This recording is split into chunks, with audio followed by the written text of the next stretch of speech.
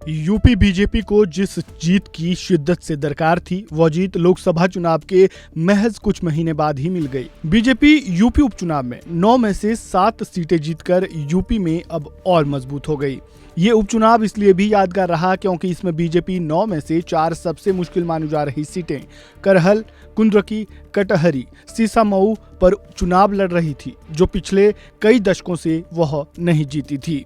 इनमें भी कटहरी और कुंद्रकी की जीत देखकर ऐसा लगा मानो बीजेपी के भीतर की वह जीत की भूख वापस लौट आई है और चुनावी मशीन बनकर भाजपा एक बार फिर उत्साह से लबरेज हो गई। उत्साहित होना लाजमी भी है। बीजेपी ने कटहरी 33 साल बाद जीता तो कुंद्रकी 31 साल के बाद। ये इस बात का प्रतीक है कि कठिनतम सीटों को जीतने के लिए बीजेपी ने कौन सी रणनीति नहीं बनाई होगी और कितना पसीना नहीं बहाया होगा। सीएम योगी जिस आक्रामकता के लिए जाने जाते हैं, लोकसभा चुनाव में वो नहीं दिखी, लेकिन बटेंगे तो कटेंगे ने फिर से सीएम योगी का आक्रामक रूप सबके सामने रखा और बीजेपी में नया जोश भरा, जिसका नतीजा यूपी उपचुनाव में देखने को मिला। यानी देश की जनता नकारात्मक राजनीति को, बांटने वाली राजनीति को पूरी तरह खारिज कर चुकी है। इसीलिए हम कह रहे हैं कि बटेंगे तो कटेंगे, एक रहेंगे तो सेफ रहेंगे। तो एक रहेंगे, सेफ रहेंगे पर देश की जनता जनार्दन ने राष्ट्रीय एकता और अखंडता को मजबूती प्रदान करने के लिए, सुरक्षा और समृद्धि के लिए अपना जनादेश दिया है।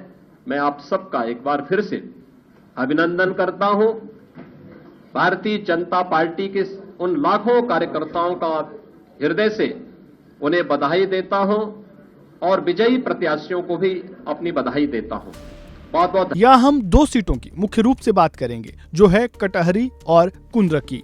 सबसे पहले बात अगर कुंद्रकी की करें तो यहाँ बीजेपी 1,44,000 वोटों से ज्यादा से सपा को हराने में कामयाब रही। इस मुस्लिम बहुल सीट पर मुसलमानों ने भी बड़ी तादाद में बीजेपी को वोट दिया।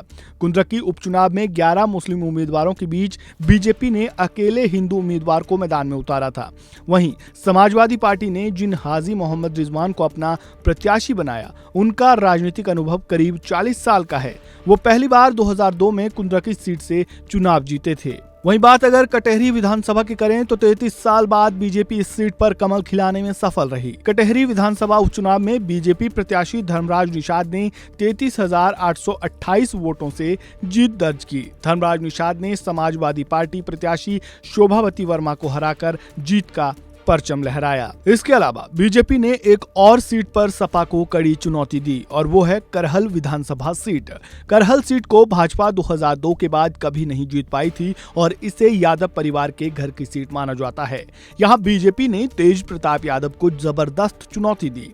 करहल में बीजेपी का वोट कई गुना बढ़ाया और पार्टी को महज 14,000 वोटों से हार का सामना करना पड़ा। यूपी उपचुनाव नतीजों के बाद सपा नेता डिंपल यादव की इस पर प्रतिक्रिया भी सामने आई। उन्होंने क्या कुछ कहा, जाते जाते वो भी सुन लीजिए। पूरा देश ने क्या, पूरी दुनिया ने देखा है कि उत्तर प्रदेश में जब जो एक लोकतंत्र देश है भारत, और जो उसका सबसे बड़ा प्रदेश जनसंख्या वाला उत्तर प्रदेश, और जब यहाँ पे उपचुनाव हुए तो किस तरह प्रशासनिक कार्यवाहियां रही, तो कहीं ना कहीं ये बहुत बड़ा प्रश्न चिन्ह उठाता है हमारे लोकतंत्र में, जहाँ संविधान के माध्यम से हमें अधिकार है कि सबको कि वो अपना वोट डालें जाके। वहीं यहाँ का प्रशासन शासन लोगों को रोक रहा था और जो अनियमितता देखी गई है, मैं नहीं समझती हूँ आज से पहले कभी भी इस तरह की अनियमितता देखी गई है।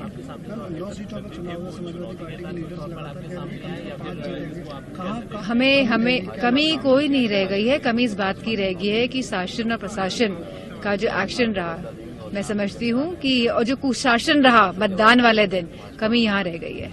लगातार इलेक्शन कमीशन से शिकायत भी किया, क्या कुछ परिणामों के आने से पहले शिकायत का परिणाम, शिकायत लगातार इलेक्शन कमीशन से की आप? मैं समझती हूँ 7 या 9 अधिकारियों को सस्पेंड किया गया, लेकिन suspension is not the way out. मतलब सस्पेंशन का इस बात का कोई हल नहीं है।